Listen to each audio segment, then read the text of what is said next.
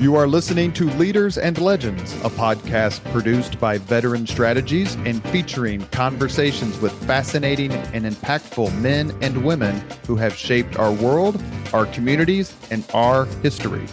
My name is Robert Vane, Principal of Veteran Strategies, and your host for our discussion. You are listening to Leaders and Legends, a podcast presented by Veteran Strategies, a local veteran public relations enterprise, and sponsored by Girl Scouts of Central Indiana, Garmong Construction, Leaders and Legends, LLC, the Grand Hall and Conference Center at Historic Union Station, the McGinley's Golden Ace Inn, and MacAllister Machinery, your friendly neighborhood Caterpillar dealer. You may find all your sales and rental equipment needs at MacAllister.com. We are pleased to announce our podcast is a member of the All Indiana Podcast Network in partnership with Wish TV. You may find Leaders and Legends at allindianapodcastnetwork.com. Thinking of starting a podcast or need to host a public meeting? Let Leaders and Legends LLC be your partner as you look for new ways to communicate your message. Please contact Chris Spangle and me at leadersandlegends.net.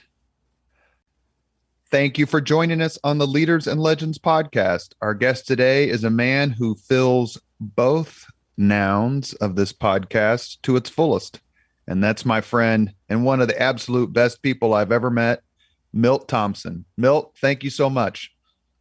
Robert, thank you so much for the invitation. I was beginning to wonder if I were going to be included in all of these stellar guests that you've had before. And I was beginning to wonder, or maybe get a little complex, but all that notwithstanding, I am so delighted for the invitation. Can't wait to fill your time today with some jovial conversation. First of all, I just want to say congratulations to you. This is a fantastic platform. It's doing well. Your veterans platform has been known for a long, long time, and it creates value for so many people that I'm delighted to be able to call you my friend. And as I say again, delighted to be with you for whatever time you permit. Well, you're very kind as always. You know, we had to get John Thompson in first. My cousin's what we call each other when we meet each other. He was terrific, and I immediately thought of you. Right. You're trying to read through Milt Thompson's CV, pour yourself a drink and realize that you're going to stay a while, because all of the things he's done, all the people he's helped, all the wonderful volunteer and mentorship drives that he's had here in this city, in this state, it's absolutely remarkable. And we're going to try to talk about as many as we can for the next hour. I should say that Milt is a member of the North Central High School Hall of Fame. We have had several Hall of Famers on the podcast. Mitch Daniels. Jeff Smulyan. Bart Peterson. And a guy who I think is he a year older than you? Maybe he took some of your lunch money? Mark Miles. we spent a lot of time together, and we've just been corresponding. He's going to come on my television show here in a little while, because a couple of weeks ago we had Sandy Knapp on 2 different versions of our show. And then I always talk on my show about Mark Miles being in charge of the 3 largest events that we've ever had in the city of Indianapolis. The Pan American Games, where I was general counsel and he was the president. And, of course, the Indianapolis 500th running, and then, of course, the Super Bowl, all of which Mark essentially presided over. And Mark and I have had so many experiences that we can go on and on about those things. But, yes, North Central High School Hall of Fame. One of the questions I'm going to ask you here in a few minutes is I'm going to give you a preview, and that is there a particular Hoosier leader and or legend you admire most? And so I'll give you a few minutes to think about it. Okay. But I would say the most, in my time, adult life, working and being involved in politics and government and all sorts of different endeavors in this city and state, Mark Miles really is, I think, the preeminent leader, certainly non-elected leader, that we've had in this city. He and Jim Morris. What do you think is it that makes Mark just such a terrific leader, a guy who gets things done? Well, you'll have to understand, Mark and I have been friends since we were lads. Through the Washington Township system, he went tennis, I went baseball. We still we utilize each other's services throughout the years. We've traveled the world together. He is his general counsel. There's some really special stories about that. But, we've talked about that a lot. And another one of our good friends, Rick Fusen and I, we go back on some kind of similar paths of what we member of the IPS Hall of Fame, Mr. Fusen, right. Arlington High School. That he is. But we talked about it for a long time, about how leadership happened around here. And it used to be kind of top-down leadership, where the Ted Bones and the Jim Morrises and the Michael Brownings and others kind of that ilk, and that even kind of took down from another level of folks that really embraced leadership and what Indianapolis was going to become and how it's going to be. And they would tap you on the shoulder and say, this is a top-down. They'll say, Mark, I want you to kind of do this. Rick, I want you to go over here and do this. Milt, I want you to go do this. And these days, however, civics is not determined that way. It's much more of a migration up through networks. And civics is not being very wealthy and not contributing, but you pay your taxes and you think that that's civics. That's not civics. What Mark understood early on is that civics counts. We learned that from, and you were about to ask me, my own my mentor would be Jim Morris. What we used to call him the most ethical mover and shaker around, right? Not an elected person, but as a deputy mayor under Dick Lugar, and I would have to add Dick Lugar to my list of those who I would say had as much influence on me personally or otherwise. Another one of your sponsors I see there is obviously Mr. MacAllister, the late MacAllister. So he certainly had an influence on everybody else that were even semi or modestly engaged in politics. But I would think that understanding civics is the most important part about the question that you asked me. Understanding that it's more than about you. It's more than about your own fame. It's more than about your own interests. It's more about how it is you spread that interest to others. You don't get power by holding on to it. Robert, you know that. You get power by giving it away for people to accelerate that gift that's been given to them, and then they'll use it in their appropriate ways, just like you do in all your platforms. A lot of people are successful in the sense that you're successful as an attorney and a business leader and a sharp investor, but they don't have that civic gene. Why do you think you have it? And is there anyone you want to talk about who you've brought into the world of civics and mentorship who really maybe wasn't a part of that, and now because of their friendship or relationship with you, they like, okay, now I'm glad I did this? Well, I would be insincere if I didn't talk about the real roots of that. And the real roots of that are my parents. And my dad was a driving entrepreneur, African-American, who was recognized in the early 60s and like Ebony Magazine and others for being a minority business entrepreneur, dealing with times, 10 miles when he set up his shop here in Indianapolis. I was 4 years old, by the way, but to set up his shop there, just 15 miles from the Grand Dragon of the Ku Klux Klan, and how savvy he was about how it is he opts. And I'm just recognizing it. And someone would come in and say, well, where's the boss? Well, he said, the boss is in Florida.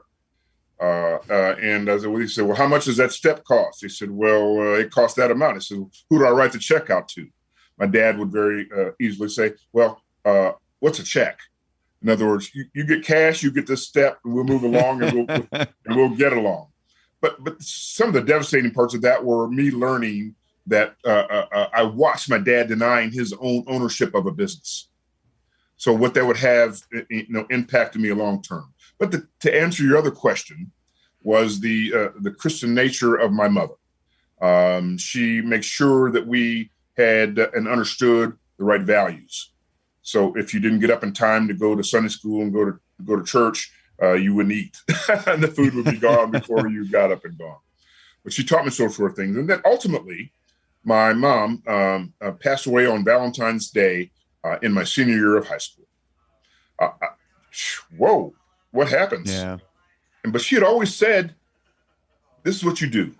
She gave me clear instructions. They were biblical in nature, and I'm not here to try to proselytize anyone, but very simply that the values that are there, that are our family's values, that you're always going to give and give back, even notwithstanding some of the trials and tribulations that you're going to go through. It caused me to learn how to be better and not bitter. And there's some very bitter episodes that I could spout, but more importantly, there are more better opportunities that I can spout. And that's why civics is ingrained in me. But you grew up, we talked to John Thompson about this, and I know that John's a good friend and just a lovely, lovely person. And a good leader. And a absolutely. Great businessman as well. And in demand in a lot of the same ways that you are. Yes. My education background is not in public relations or communications, which sometimes may be apparent and other times maybe not, but rather in history. Right. And you grew up, and I want to talk about it if you want to. Sure. You graduated from high school. Is it in 71? 72. 72 miles. This is our 50th year, our 50th year reunion coming up. So you came of age in the heart of the modern civil rights movement. Yes. And, I asked John Thompson, were you more Martin Luther King or were you more Angela Davis? And he laughed a big laugh and goes, no, I was Angela Davis. Take us back to that time, as a young Black man. Clearly the country was changing. It was being recognized. In 1966, you had Lester Maddox running for governor of Georgia. His claim to fame was, I think he had a hardware store, right? He would chase Black customers or potential Black customers around with axe handles or whatever. 4 years later, you have Jimmy Carter elected governor, completely kind of different attitude. You could tell the changes were happening, not only in the South, but in the country. How did those memories come back to you? How did that struggle, how has that informed your life and made you better, not bitter? Robert, it's a great question, but it overflows with emotion, but also many different directions. None of it simple or easy. For me, a lot of it happened. We didn't end up in the North Central or Washington Township area because of a lack of work ethic and sometimes good fortune and good luck. We moved to the Golden Ghetto I was age 9. Because my dad had noticed that there was an opportunity with his business that was doing well, but he would never show off anything down when he was on Southeastern Avenue at all. Drive his pickup truck down there, wear his work shirt that said OC on it. Mm-hmm. And yet at the same time, when he discovered that there's north of 38th Street, that there was 2 areas that were designated as non-redlined areas, where it is you can go and without a mortgage, and Black families could go and emerge and go. He determined that he would build his own home. He would build his own home in the Golden Ghetto. I just recently saw a video of some folks from our era where they quote unquote the Black aristocracy in town. So, the who's names that there are, the Ray Crows and the Bundles and the Lily Bundles. And we were just communicating recently. You just go on in the Thomas Wood Trails and the Greerdale Roads and all those sort of things. So my dad finally was able to escape us too, if you will, from the Madam Cooney program down on 500 block of North Dorman Street. And the Madam Cooney program, you know what that was? It was a rat eradication program. And if you brought a rat in a sealed bag and took it down to the police station, you'd get $1. Okay, you shouldn't tell us that where we grew up. That's how I learned to hit a curveball. My cousins would run the rat around the corner. I'd take a 2x4, hit the rat, and the other cousin would scoop it up in a bag. That was $1. That was our value. That's real money. That was real money. And then all of a sudden, from Tex Campus, downtown School 74, I'm whisked off to the Golden Ghetto. And where's the Golden Ghetto? What Golden Ghetto streets? Was Grandview Drive and Fox Hill, up to 71st Street and that whole area. There's another area in Pike Township over by Shanghai, was the only other area where it is blacks could get something that wasn't redlined. So that's why Washington Township, Pike Township, for historical purposes, were the first ones really integrated in terms of township sort of things. I could tell you many stories about that. But all of a sudden we moved, and I'm living on the east side of Grandview Drive. And there's a few of us over on that side, but on the west side is where all my neighbors were, the Crows, the Bundles, and all the things we're talking about. And they would go to Grandview School, and they would go to Harcourt School. Well, the east side, they bused us. It was the Holders and the Darings and and the Thompsons, a few black families, the Lucas, Dr. Lucas, a few black families on that side of that. But what we did is we got bused to Delaware Trail, which was predominantly a Jewish school. In fact, we would drive, our school bus would drive by, take me, Don Holder, Jerome Daring, and we would drive down 64th Street, go east, and there's Deborah Jaquo at the Latvian Center, and then there's Diane Renahan at the Grandview Stables, and those were 3 black kids, 2 white kids, and then we go down Hazelwood and through and around over by all the Jewish neighborhoods and take them to Delaware Trail. So all of a sudden there's culture shock for me, right? Sure. I didn't know what Izod was. I didn't know what a Dickie was. I didn't know what penny loafers in or penny out. I didn't know the difference. You didn't put a quarter in your penny loafers? Well, I was trying to figure out how to get a quarter. I came from $1 per rat. But there became an instant awareness of what my realities would be. And folks across that I played with all summer long, they were going off to other situations. And I had to learn in an environment that was unlike what they had to learn through. So, and when you were interacting as you went through high school and you went through college at Wittenberg and law school, I'm going to say this, and I'm not going to phrase this probably the best. Were you always in a situation where you trusted other races and felt comfortable, or was the struggle of the civil rights movement and probably also the memories of your parents and grandparents, especially, right, so difficult that it was hard to reconcile the two? No, just trust and verify. To give the adage of the great Ronald Reagan. But trust and verify. It's okay to understand, but my first is the inclinations that were given to me. You give love first until someone proves kind of otherwise. Let me briefly kind of tell you, advancing the challenge. I did great in college. I was a first-team All-American baseball player and had opportunities to do that. And but my dad was always interested in education more so than sports. He didn't want a young black kid to get himself out of the quote-unquote ghetto with sports. Sure. So when I got drafted in the pros as a high schooler, you just know, I said, Dad, I'm going to play pro. No, you're not. You're going to college. So he was always in demand of education. He watched me play baseball as an All-American, growing up and through it, 0 times. He never watched me play a baseball game. Could that be part of my internal bitterness? It turned out to be my internal being better. But because when I gave the graduation speech at our law school, guess where my dad was? In the front row. Love it. Those were the things that he impressed upon me, and that I've grown on to do it. Then, graduated from law school. Go ahead. I was just going to briefly, graduating from law school, where I could have been most bitter. This was 1979, so it was not the prehistoric days, sir.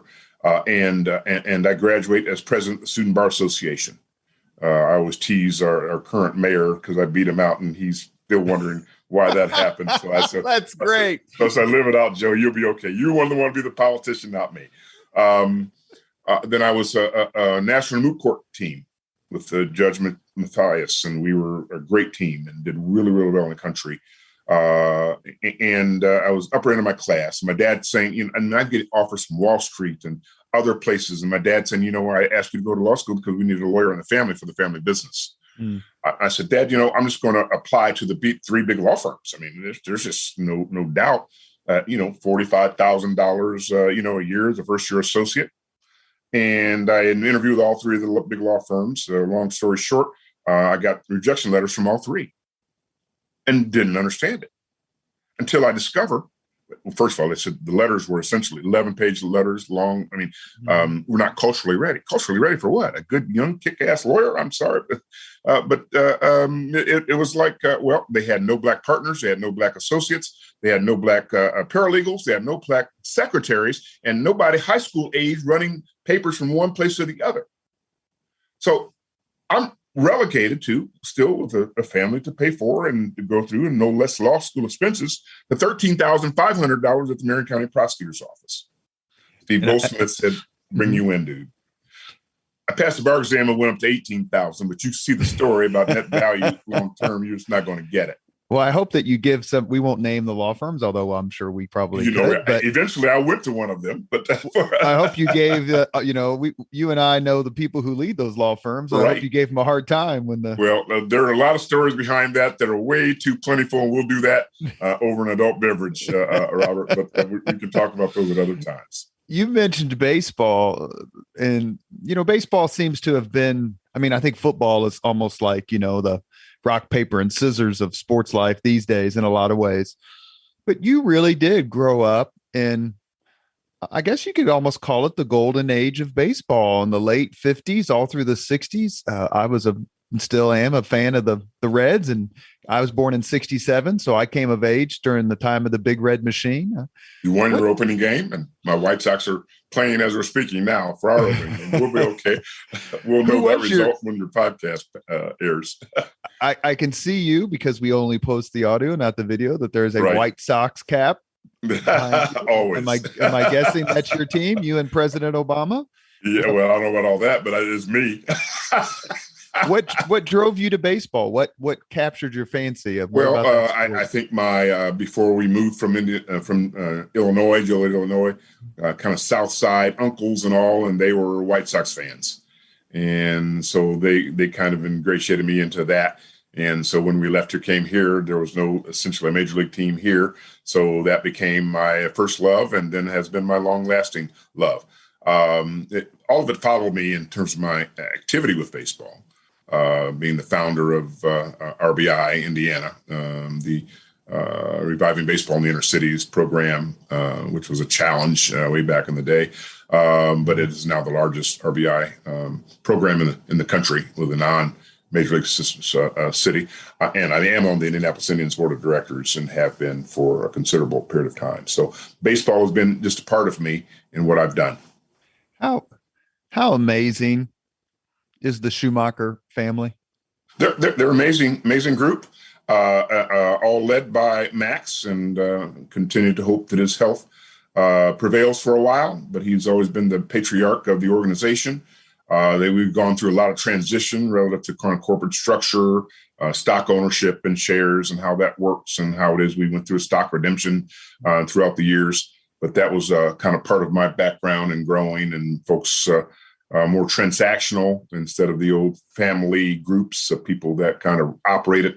I've kind of changed the systems and mores, but we're headed in a positive direction.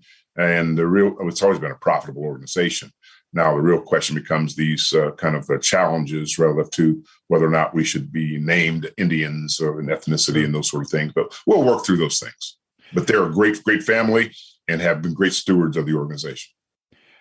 Growing up, did you have a favorite baseball player or after whom you patterned your game? What position did you play? Yes. A lot of them. But I was a Roberto Clemente fan because he was so multiversal. And when I saw him throw a bazooka from right field and to nail Bobby Bonds, I said, "Oh my gosh, there's nothing like that I've ever seen before." But then I was a Dick Allen fan, and I was even from the Phillies, big time Dick Allen fan when he became a White Sox and became MVP with the Chicago White Sox. So, and then I went really early on, people that nobody even knows about, Floyd Robinson and others who played for the White Sox, but just kind of grew through that. Big Frank Hurt Big Thomas was great. And now they've got some guys here that I'm believing they're going to be successful in a World Series this year. I'm calling it right here on your podcast.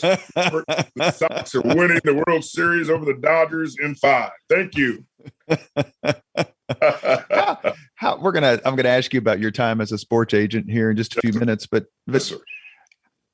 How does sports, in your view, contribute to the building of strong leaders? not just coaches, but we see it in professional athletics and, in amateur athletics. What is it about sports that creates a situation where people can shine and mentor others? Well, we've talked about it a little bit already, Robert, when I talk about sports being a galvanizing piece, things that perhaps bring people together. Throughout my diverse background, whether you're playing in a baseball league or you're playing for a university, you're playing in high school, the locker room becomes a great galvanizing piece, becomes a great mediator for those who have differences, because you don't have the same differences once it is you're supporting the same team. So it doesn't matter if you're a far right conservative or a far left liberal. If the Colts win and about the Colts and their victory, or you're not being as productive when they lose, but you all of a sudden have some ability to have some conversation. And if we don't have more dialogue with one another, more conversation with one another, we're never going to be able to live with one another. So I think sports is one of those sort of things, as it teaches you as a young person, now more for women as it had been. And Title IX made some differences in how it is. They get some equity with respect to how it's treated. I won't get into the whole likeness piece with young athletes and whether or not they'll be paid and how they're compensated and all that, and what it has to do with the whole network. We can do another whole show on that anytime you want. But sports has created an environment for people to be together, commune together, understand one another, talk one another, notwithstanding what it is their social biases. So I think sports is critical, and it's also been a critical piece about how we've galvanized around all political spectrums and about how we have driven Indianapolis as a sports driver from an economic development point of view. I'm going to thank our sponsors again, and you have anticipated my next series of questions. But I always said the same thing about, basic training. We all came the first week of basic training. We all realized that, there were a lot of us who were different and came from different parts of the country. But what we all cared about more than anything else was making sure that the rest of us made it out of basic training. Yes, sir. Like I would have done anything to help, the most uber liberal person on the planet graduate from basic training, because that's part of the brotherhood of trying to get everyone through. Correct. You are listening to Leaders and Legends, a podcast presented by Veteran Strategies, a local veteran public relations enterprise, and sponsored by Girl Scouts of Central Indiana, Garmong Construction, Leaders and Legends, LLC, the Grand Hall and Conference Center at Historic Union Station, the McGinley's Golden Ace Inn, and MacAllister Machinery, your friendly neighborhood Caterpillar dealer. Our guest is Milt Thompson. You've seen him on billboards. That's a little scary. Don't run off the road. I'm not liable if you do.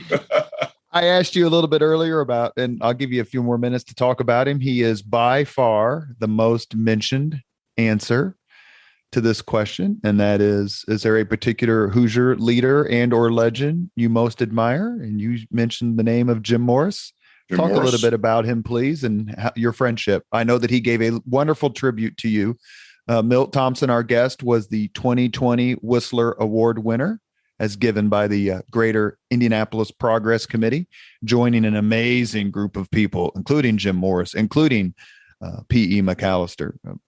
Tell us about Jim Morris and your friendship. Well, Jim Morris was one of those early on folks that I admired, because he stepped across all kinds of lines to build things, not just build things, but to build relationships. Very few people had that knack to be able to do it. And he moved from being a deputy mayor under Dick Lugar to really kind of building franchises, and was really the driver behind Market Square Arena getting built and having it being done downtown. And then to be able to touch other people and say, this is how we're going to build this. So we used to call them the most ethical of movers and shakers that there were. Because other people they gained their footing by stepping on other people's backs. Right. He stepped on other people's shoulders and then lifted other people up. He's a dear friend. He's really a mentor, not only to me, but others. I also mentioned two people there, Dick Lugar, another, who I cherish some moments that he and I had together, just being up and around in Victor Field, and everybody's gone, and just he and I are in the suite talking about life and talking about Sharon, talking about his family, and those kind of things. And he would tell me, he says, there's something special about you. I said, there's nothing special about me. He said, yes, there is. He said, because you're doing what I've been and praying for and thinking for, is that we would have leaders who would reach out to others and be helpful to others. So Jim Morris and both of those exemplified that to me. I'd be remiss to not talk about a female in that world, and in the sports world, Sandy Knapp. I've come from her coaching tree, if you will, and I've mentioned that on my television show, Playing for Keeps, and business support. But you can, when we talk with Allison Melanchthon, and we say we both came from Sandy Knapp's coaching tree. But another is Sarah Evans Barker. She selected me from nowhere to fill up the term of former Governor Ed Welch as a trustee for the Indianapolis Foundation. And that was 28 years ago. And to fill his last 3 years, which means at the end of your 3-year term, a 6-year term, you are the chairman of the board of the Indianapolis Foundation. So there I was in 1997, the little rookie of 6 commissioners, trustees on there, becoming the chairman of the board. And the effort was there because Dan Ephraimson, the other federal court appointee, says, let's have lunch. He comes to me, we have lunch up at Daddy Jackson's, some other good friends from the North Central area. But anyway, he says, Milt, I'm dying of stomach cancer, very much like my dad did. And I'm going to leave $100 million to the foundation. I'm going, whoa, why are you telling me this here at lunch? I mean, you're buying lunch too with $100 million. He says, yes, but I'm not going to leave it to the trust. I'll only leave it to a corporate form.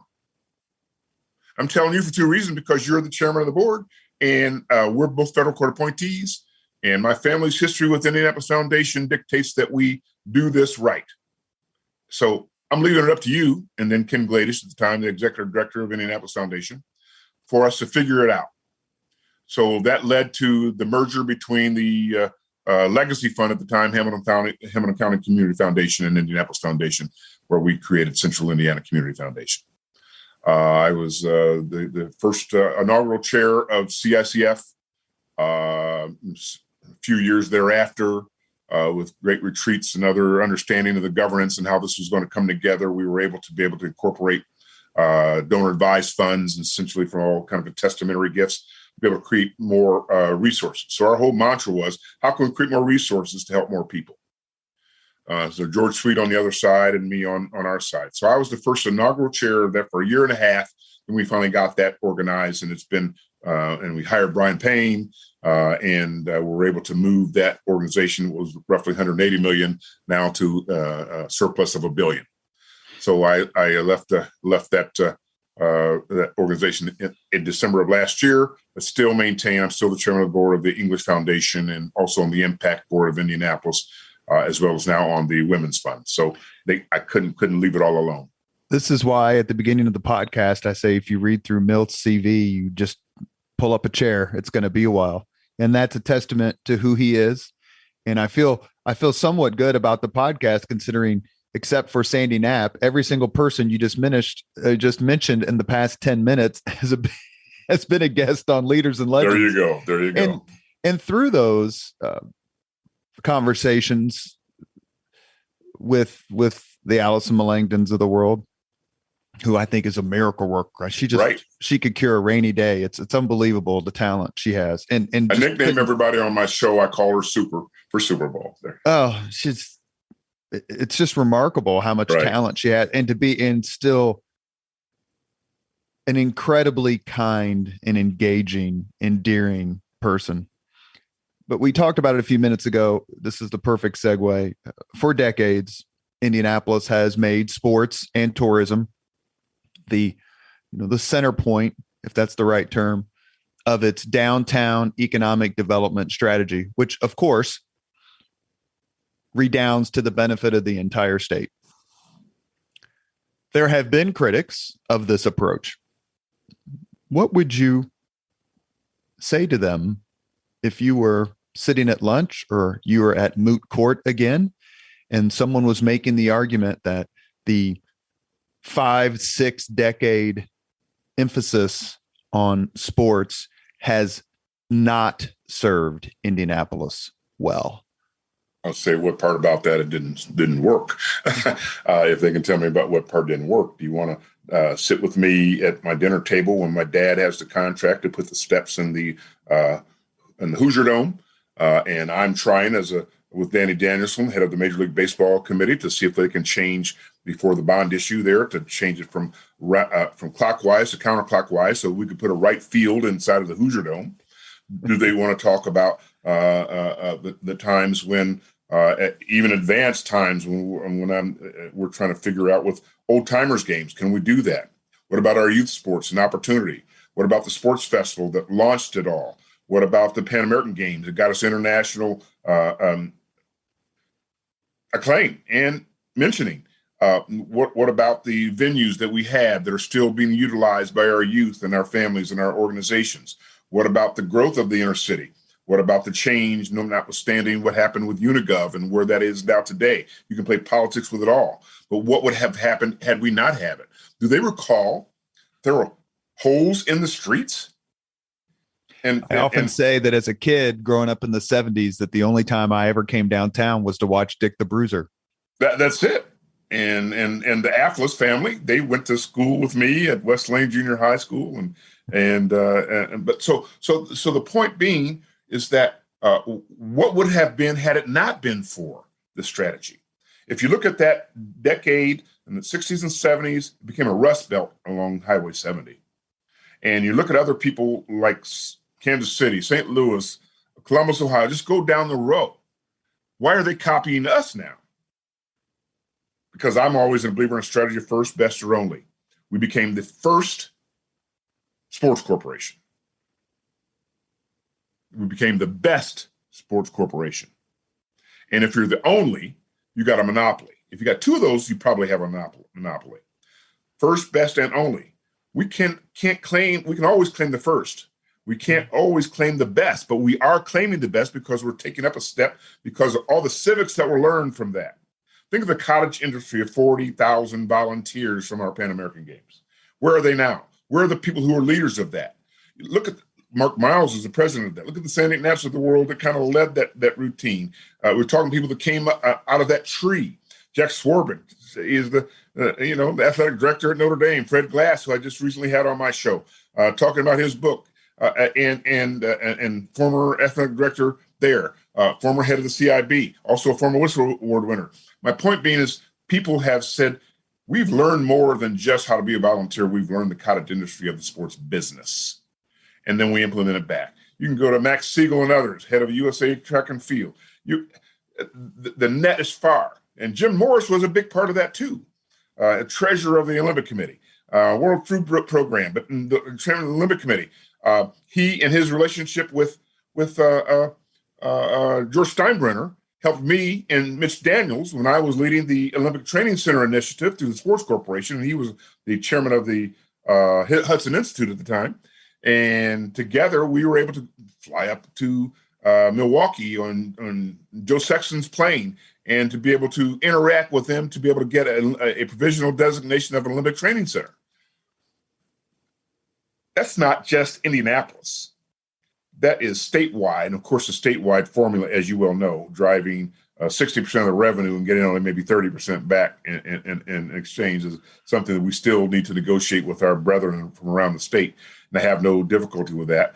Of course, being a regular on the Mike Pence show for all these years. And did you go to? Did you see that coming? You know, one of the things that's come through in the podcast, my only relation with the Pan Am Games was that I was stationed out at Fort Benjamin Harrison, and that was the athletes village. I know I had to move, to accommodate whomever. Right. But what has come through on the podcast more than once, Ted Boehm has been a guest. Jack Swarbrick has been a guest. Mr. Justice Boehm. Yes. Jack Swarbrick. And obviously, we've had David Frick and various others. Mark Miles, obviously. Certainly. It's how the Pan Am Games is really almost the watershed when it came to Indianapolis's Getting the Colts, obviously, in the early 80s was big. We already had the Pacers. Obviously, the 500's been a constant for decades. But they've all said the Pan Am Games made other cities, countries, organizing bodies look at Indianapolis differently. Do you agree with that? I do, not just because I was so intimately involved and was a part of the delegation that went to Cuba, negotiated with Fidel Castro, and to get their presence here in the United States, because it was the first time that we got to step outside of ourselves and think a little bit more highly of ourselves. Notwithstanding some of the earlier on to the old ICVA, but visit Indy overtures towards move over New York. Apple is our middle name. Yeah, I mean, so you can go through the moniker, but can we prove it? We still had an inferiority complex even after the sports festival, after we completely changed the dynamic, which became the Olympic Festival. But the Pan American Games said, now we have an international footprint to tell our story. Even though we only have a short period of time to be able to develop it and manage it and do it, we can do this, and then we'll also leave a lasting legacy that no one else will be able to challenge. That was also true with the Super Bowl, also true with just recently March Madness. We're made for this moment. Wonderful situation that Scott Dorsey made possible, by the way. You ought to somehow feature it on your podcast. I would love to talk to Mr. Dorsey. We've had Ryan Vaughn on, who, in my mind, was my inaugural show. Ryan is the preeminent leader of his generation, in my view, in this city. Well, he's done well, and that's why he was the inaugural guest on Playing for Keeps. So that was Ryan's chat with me, and we go way back through some Liberty Fund and some other things with our good friend Terry Anker and others. But we've got a lot of history, but people have made this happen. Not holes in the ground, not thinking about it, but it was a very deliberate strategy, Robert. Very deliberate. We are going to leverage the Amateur Sports Act of 1978 that broke up the AAU to create mounds of opportunity, go to the sporting bodies that have the largest number of medals, if you will, and we'll recruit them to Indianapolis. And then we will develop business models out of them so that they are Group A sports now that we have to be able to create models. And there's been business opportunity for it. Here I am representing canoe and kayak. Why? Because they couldn't get the same sort of money on an individual contract basis. So I teamed up with Telex and the folks to be able to create a whitewater series so they can help clean up. Champion International can clean up their waterways that they're in, but they're also the sponsors of canoe and kayak. And they change from just rowing back and forth to whitewater.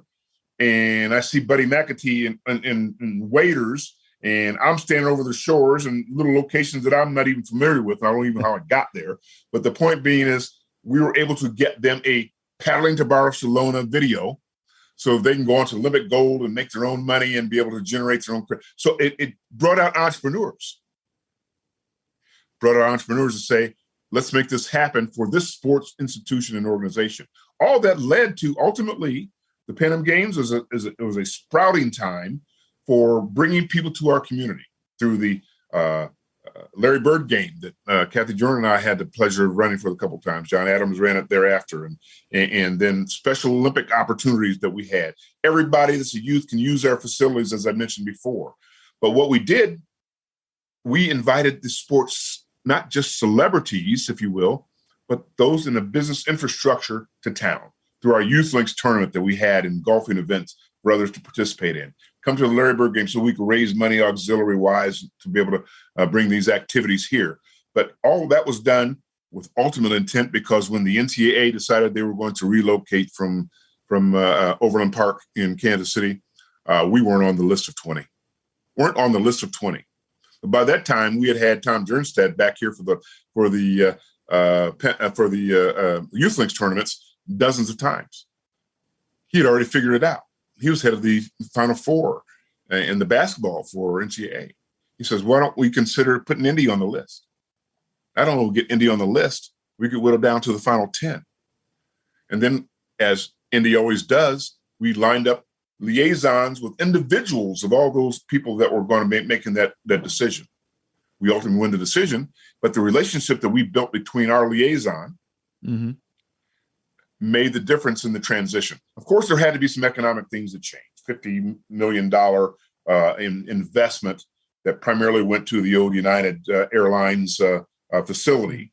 And when that didn't work, so they had to convert that and figure out how we do it and get the mall completed and built and go through the gyrations of whether or not we can build a Victory Field downtown and get 600,000 more people in the downtown area to make the whole bond process work. So I would say I would challenge all those that say, well, why would you do that? What kind of strategy was that? Now, the only thing I would challenge is throughout this, they said, well, why don't we build ourselves around arts and culture? I mean, you mean we've already built a brand and you're going to like substitute that brand for arts and culture when you've got Chicago up the road? And I'm not saying that we don't have great arts and culture, but we do. Sure. But it should be an auxiliary. It should not be the driving force, since we've already developed a brand that drives us. Particularly if you got the Indianapolis Motor Speedway right over there, and you got an investor like the Holmans and now like the Penske's. I mean, why would you turn yourself away from something that has clearly worked? Do you have a favorite Indianapolis sports moment? That's A. Oh, yes. Go ahead. Oh, yes. It obviously would entail making sure that my daughter was engaged. I mean, I can say lots of moments, but I mean, there was the one time when we were sitting there and Joseph Adai almost jumps into our lap, and my love partner Jim Bleaky was saying, "We can't score too soon." I said, "We're behind. Score as soon as we can. We'll worry about the end of the game, whatever it is." So, but on to the Super Bowl. So that was a fun time and a loud time. But the loudest time that I've ever been in any event was Game 5, Pacers against the Chicago Bulls. My daughter is with me as a young tyke, and Reggie Miller pushes off Michael Jordan and drains this three. The place exploded. So, it was like, are you serious? Now, I've got some own personal moments, okay, as a 15-year-old cranking a home run out of old Busch Stadium. But I'm talking about in terms of sports moments for us. Us going to the Super Bowl and Reggie Miller draining that three against Michael Jordan and the Bulls. Those are two moments that I just recollect right off the top. I should say that we've had Marlon Jackson on the podcast. There you go, of course. Mr. Brady's pass there in that game. A very, very fine man. Yes, you know what he is. He was a terrific guest. He's doing really amazing work. He and his wife are doing terrific work. And Michigan University are proud of them. What was your thought? This is a popular question among folks of your era, if I may say. Yes, we elderlies. That's okay. When you read in the paper that the Baltimore Colts were going to be the Indianapolis Colts, did you think of it not only as a wonderful opportunity for the city, but also a wonderful opportunity for you and how you wanted to spend your career? Well, fortunately, I was engaged in that process a little bit and recognized when Bob Irsay comes here and wants to, say, wow, that place is all blue and white. Yeah. You guys built a facility that's not a football facility. There's an expansion of the convention center.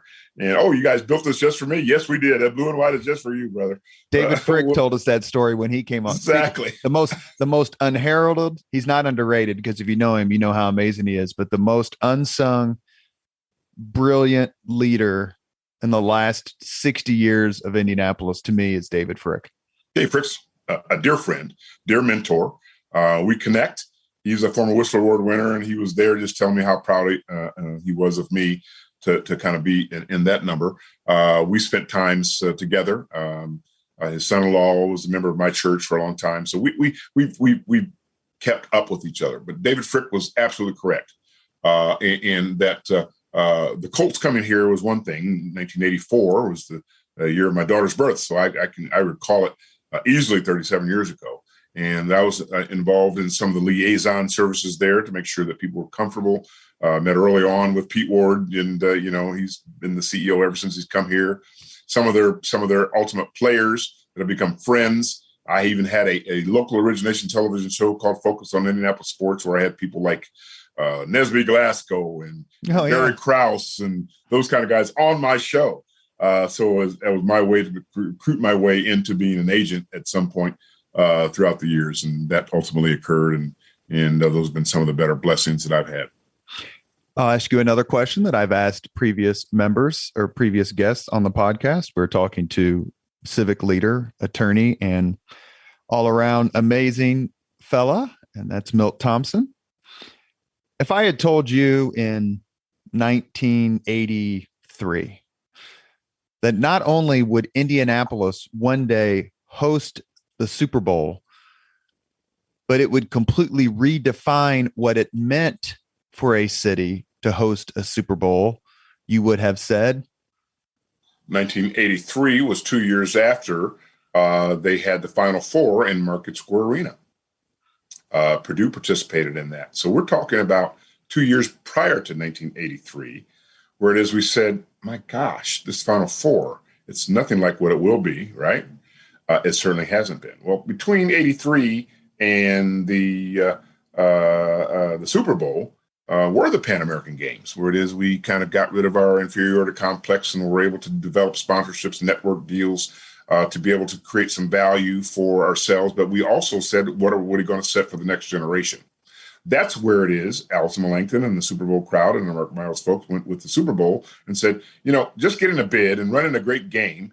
I just happened to be on the CIB at that same time while that was kind of going on.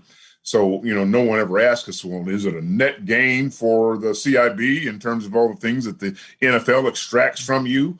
Hint, hint, hint, it probably was not a net gain, but it's a net gain for us relative to all the other opportunities that we have. And that's how Visit Indy built its superstructure around the things about selling the city during that period of time. But as Allison will tell you, and as she told us on our little show, that the lasting legacy piece is what's critical. And that's the things that the other organizations take and the NFL took and saying, if you're going to match the bid and what they've done in Indianapolis, you're going to do it here. Little known during that period of time, even before the two bids, and they talk about the two bids, Tom Shine, formerly of Local 7, he and I got together at the time with the Yearshay family, and we thought we were going to put a bid in for, I think it was the early 80s Super Bowl. And that's what led to the next couple of opportunities for the Super Bowl. And then in 2011, where Jimmy Jones just kind of bought it out and had the bad luck and serendipity in Dallas where the weather was bad. And we turned right around in 2011.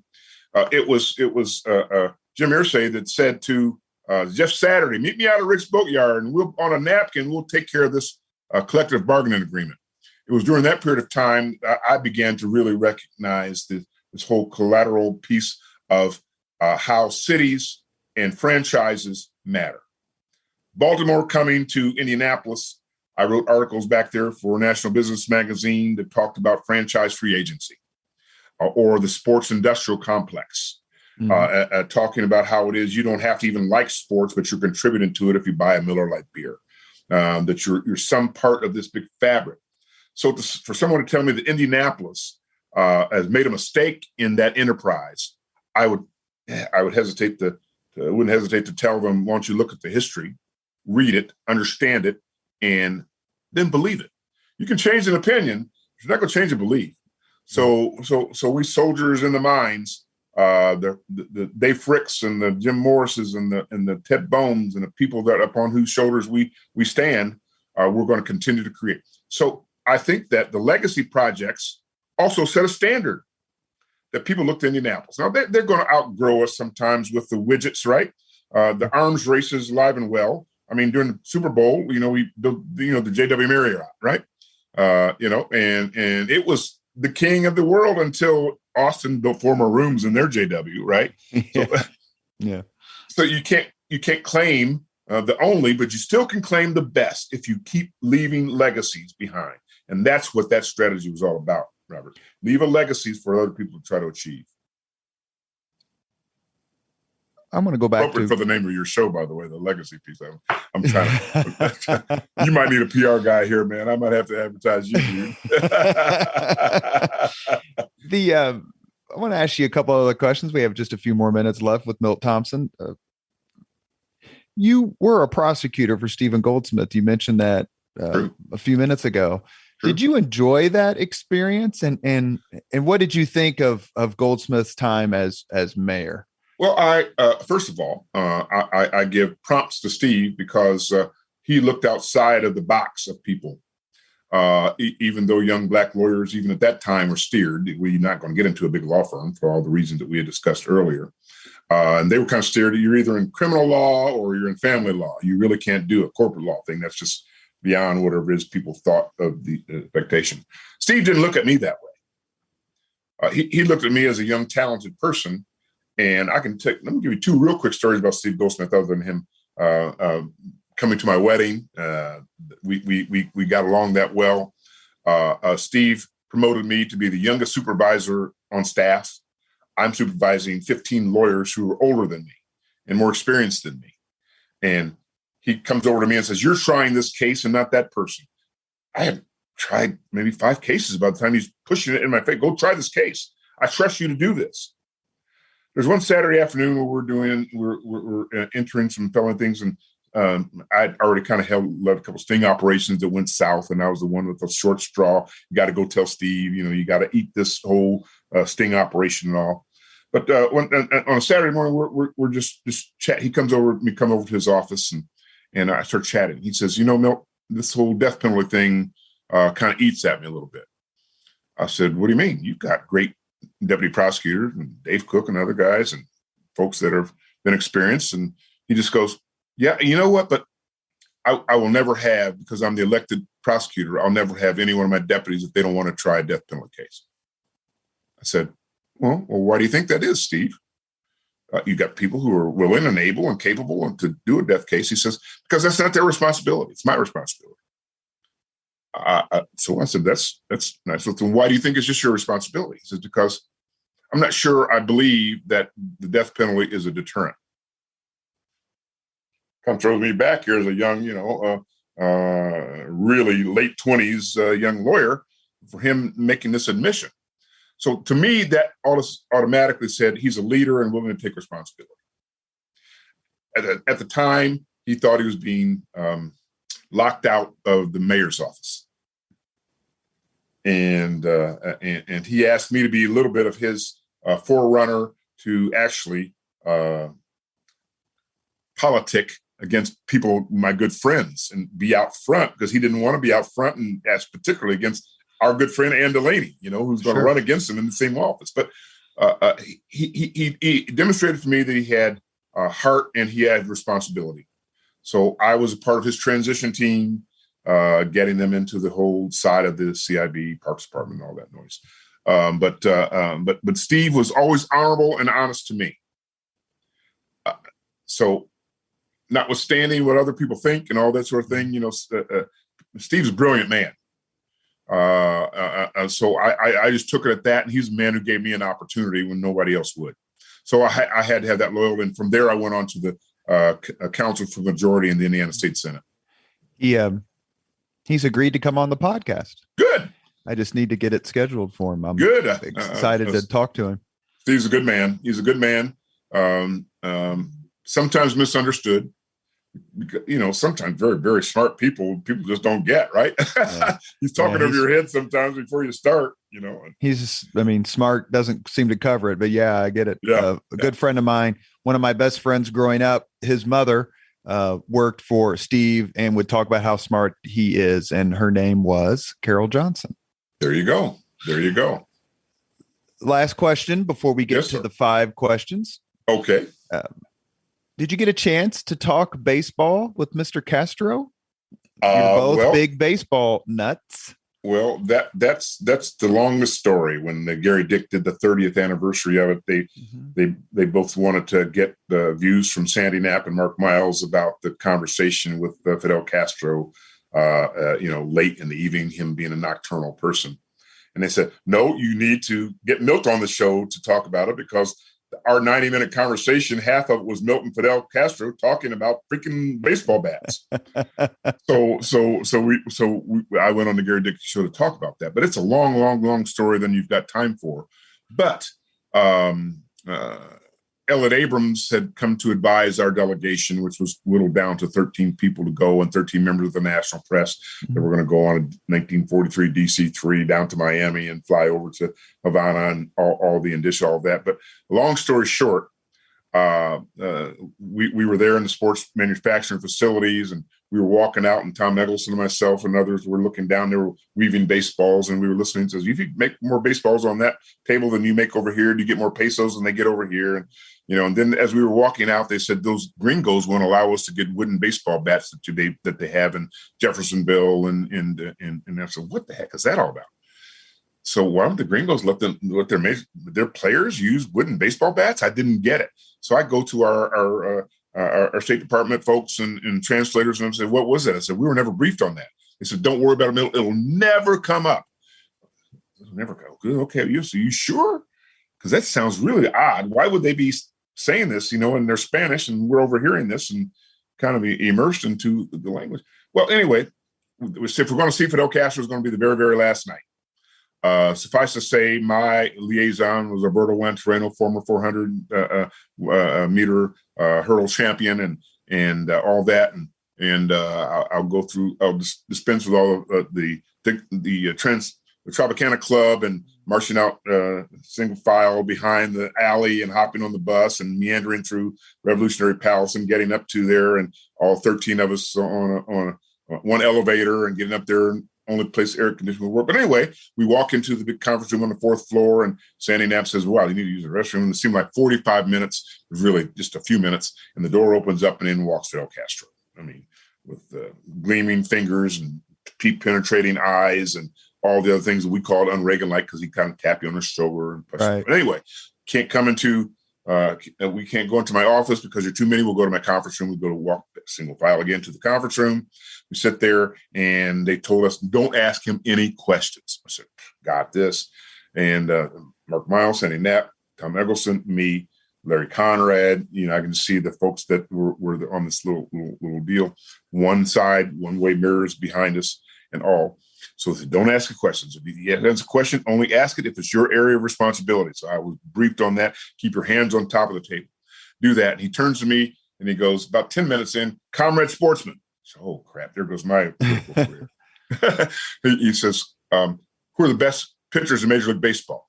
And I respond, oh, God, this is an easy question. I got all night. This is good. Mm-hmm. I go, Roger Clemens and Fernando Valenzuela. And he taps out to Reno, said, no, he's Mexican. He's not Cuban. Don't worry about him defecting. So he's already gone. So I'm thinking I'm out of my question and I'm good. So he asked a few more things like the color of the gymnastics mats so they can match them. What's the sea level in Indy versus that of Miami? And what about the Fort Benjamin Harrison? What kind of food? Are you guys booby trapping? What's the all that stuff? So I go on. I said, wow, I'm out of here. I'm good. When we get out of here, I'm going to be good. I'm going to save my life.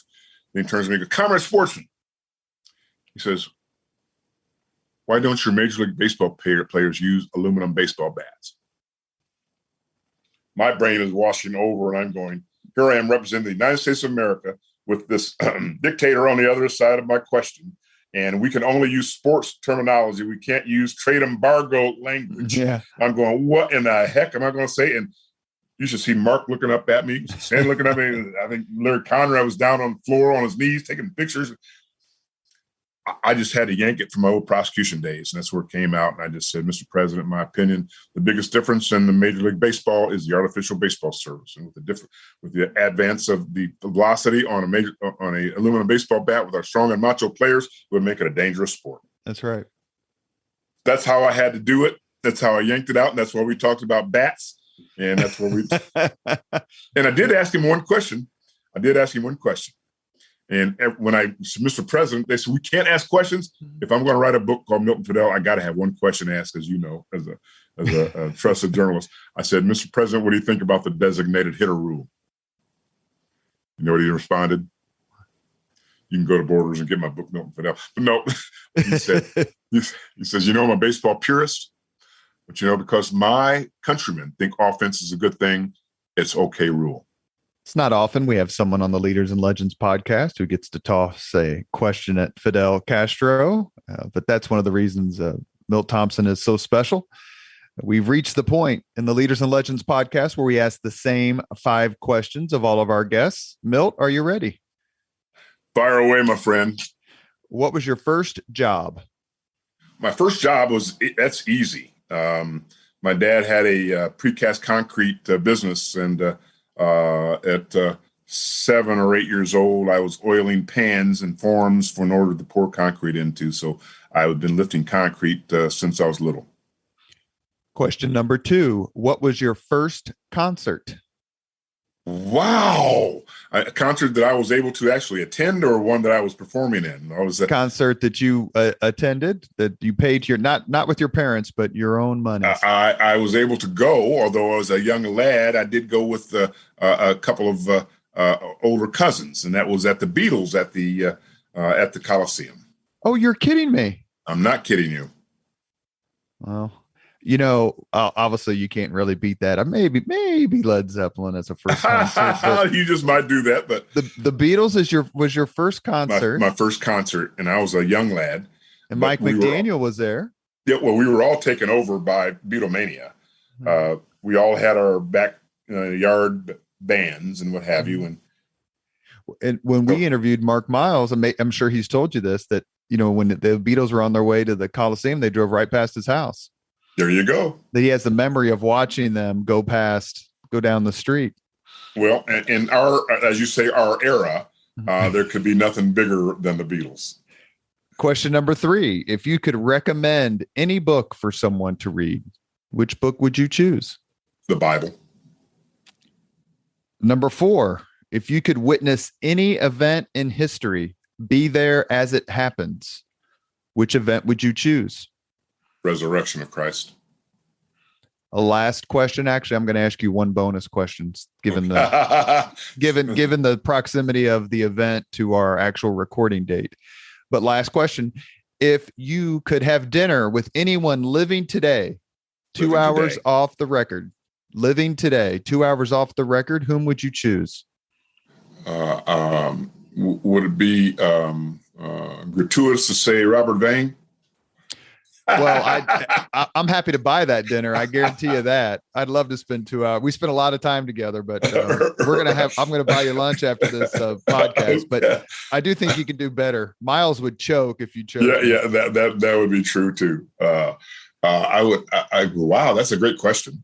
But I think that I would probably choose President Zelensky of Ukraine. That's a great answer. It's one we've not had. We haven't recorded that many podcasts since the invasion. We did record one with Senator Dan Coates, but it's a terrific. I've just been impressed by his resolve. Just think a comedian and an actor can actually become such a leader in such a short period of time.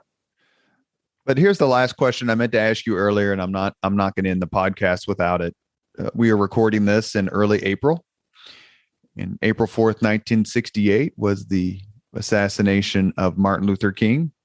You were here in Indianapolis. What do you remember about that night and how Indianapolis responded? I remember a lot of things, because if you look at the PBS special, they have the decade specials, 60s, 70s, 80s, and 90s. And I was kind of the tweener between the 60s, and myself and Charles Blair were interviewed on that proposition about racism. They were really asking me about why didn't my dad riot like all the other businesses like that. My dad was much more interested in economics than he was about rioting. He wanted to make sure his business could thrive, and he wanted to make sure his kids could grow and get out of it. So I had a couple perspectives. First of all, just by being around my classmates and others, and there was just like spewing of hatred and why is there so much racism? And then the other part was, how do we extend an olive branch, and do we learn from this?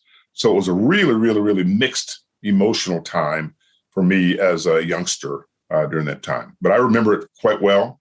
My youngest nephew, it was his birthday. I remember that. And we were talking about cake, and he was just a really, really a tyke. But as a really, really young teen, I said, that, is this what we're going to be up to the rest of our days? You have been listening to Leaders and Legends, a podcast presented by Veteran Strategies, a local veteran public relations enterprise, and sponsored by Girl Scouts of Central Indiana, Garmong Construction, Leaders and Legends LLC, the Grand Hall and Conference Center at Historic Union Station, the McGinley's Golden Ace Inn, and MacAllister Machinery your friendly neighborhood Caterpillar dealer. Our guest today has been someone who I wouldn't mind being his son-in-law, and that's Mr. Milt Thompson. Talk to anybody in this city. Talk to anybody who's done anything, and they will tell you that Milt Thompson not only is at the center of it, he's a catalyst of it. He's a wonderful friend. He's a terrific, terrific Hoosier, and we're very happy to have you on the podcast. Thank you, Milt. I'm so glad. Thank you so much. Congratulations again on your platform, Robert. You do great service for so many people, and I know that people will patronize your great sponsors, and you'll continue to do good work. And maybe the next time I'm on, I will maybe succeed, maybe less than 100 people. Thank you very much, Milt. You have a great day. Thank you, Robert. Thank you very much for listening to Leaders and Legends, brought to you by Veteran Strategies Incorporated. If you want to contact us about this program or our menu of public relations services, please send us an email at robert@veteranstrategies.com. That's robert@veteranstrategies.com.